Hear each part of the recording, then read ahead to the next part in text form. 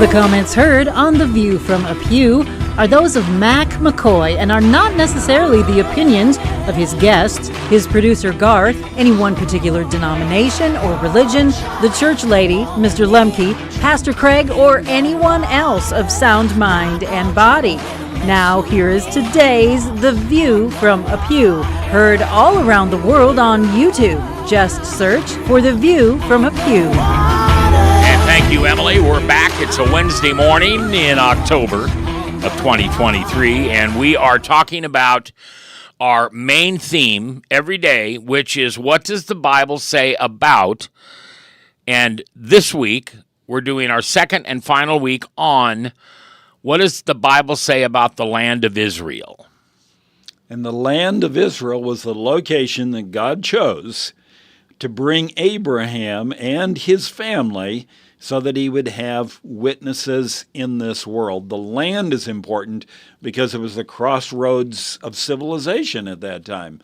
All the nations around there had to go through that location for taking care of or creating a marketplace, but also just the exploration that was taking place in the world, too, at that time. There were many that crossed through the land of Israel. And the people of Israel had a chance then to tell about God and about God's ways. Well, and there was also a lot of resources, many rivers, including the Jordan River, the Sea of Galilee. And those days, they had to travel with water so they could water their animals and themselves. Exactly. So Israel was in the middle of this whole thing. So what that does is point out that God had a plan. Now, the plan was contingent upon the people of Israel being faithful to God. And unfortunately, that didn't always happen. No. In fact, the stories of the Bible make it pretty clear that Israel turned away from God. They fell into idolatry. They just turned away from a regular worship of God and of living according to his ways. And that became always the only way that we can be witnesses for God is when we truly know God. And when we're truly committed to God and truly following his ways, then people can see God in our life and it can make a difference. So we're talking about the historical reality. You've talked about the learning and the literacy. Also, we're talking about the thread of monotheism, which means one belief. The spread of monotheism. Which back then would have been Jewish. Right. Yeah. We're talking about some of the things that were the result of Israel, when they were being faithful to God, when they were doing what God had arranged, when people got to know Israel, they saw that there were some very good things about the people of Israel and how they were doing things. Israel was always very concerned about the Word of God. Yeah. God revealed his word to them through the prophets. And so it was important for them to learn how to read, so they could read the words that God had revealed to them. So people in the Jewish community were very concerned about literacy, about learning, and that whole idea passed on to others that came through their area. They saw that that was something that was very positive for the Jewish people. Also the spread of monotheism, because everyone around them had they had their own system about their gods. Yeah. You read about the Greeks and about all the Greek gods that there were. All of them. And all of these Greek gods were not like the true God. They all were like mortals. They were like you and I. They all had, other than being superheroes, that they had great power, but they all had moral flaws.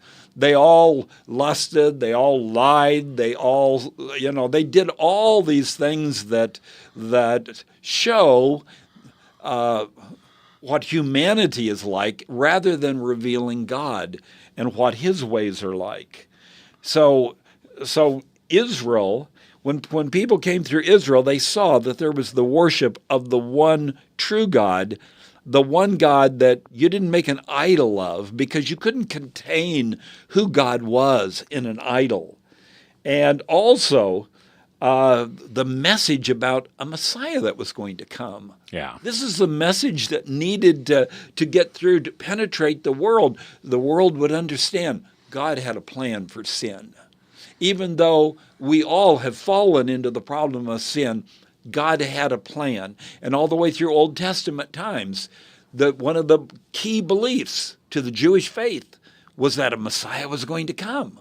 There was going to be someone who would come who would have an answer to all the problems in the world that they faced. And what we read earlier in Isaiah 11 is also then later on in Isaiah 52 and 53 when he actually goes through a longer explanation of who, not the name Jesus, right, but who the Messiah would be. Yes. And it always shocks me that there are some people who don't understand that Jesus was the Messiah simply based on Isaiah's writings.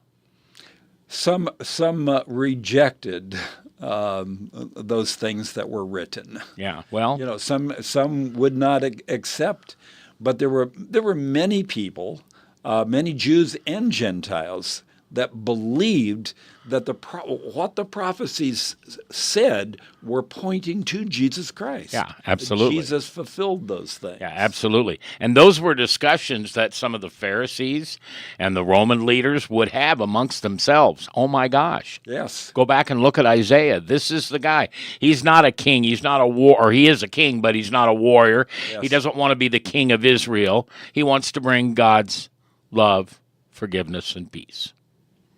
So Israel is called, they come to the land, they have a message. God has given them a message so that they can help the world see the reality of who God is. But they fail, and they fail time and time again. And Mac, in their history, one of the most critical moments is when they go into captivity with Babylon. Yes. The Babylonians come down and conquer Israel. They conquer, at that time, the kingdom is broken actually into two parts. There's the kingdom of Israel and the kingdom of Judah. And the kingdom of Israel is actually defeated by the Assyrians.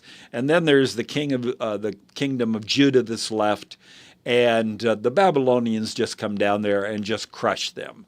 And they do it several times. Nebuchadnezzar is the king of Babylon. And they first take away some of the best and brightest young men. They take them away to use them in the future. Then they come back again and they take away some of the people that will be used as slaves. And they finally, when they come back the third time, they destroy the city of Jerusalem so people won't live there. And then they take everybody. Yeah. And they say, okay, you're just going to live in Babylon and you're going to work for us. Yep. And that is a very difficult time. Persian kings, that Israel is allowed to go back to the land again. And this time when they go back to the land, they say, we're going to do it different this time. We're going to try to do it right because we don't want this ever to happen again. Yeah. And lose all those things that we lost. Now, Mac, tomorrow when we come back again, I want to show you a passage in Daniel. It's actually in Daniel chapter 9. I want to look at that passage. Israel is still in captivity at this point, but those 70 years are coming into a conclusion. And there are some things that God reveals to Daniel that are very important for us to understand regarding what was going to be happening to not only the people of God, but the land of Israel. And that's coming up on our program Thursday, and we're going to be talking again on Friday. So this whole week on what does the Bible say about the land of Israel. And if you go back and watch or listen to our podcast on multiple sites, on Facebook, The View From A Pew, on YouTube.com, search for The View From A Pew, and you'll hear last week's programs, which kind of started us on this topic. And if you've got a topic you'd like to recommend, maybe it's just a one-day topic, maybe it's a longer topic, all you need to do is email me, and that's easy to do. It's Mac at theviewfromapew.com.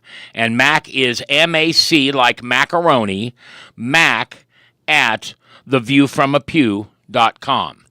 Also, remember to thank our one and only sponsor for this worldwide program. It is a brick and mortar store in the Midwest. It's actually here in Omaha. This is where our show comes from. But they also have an amazing online store for anything you would want to buy that is Christian related. And that is DivineTruthChristianStore.com.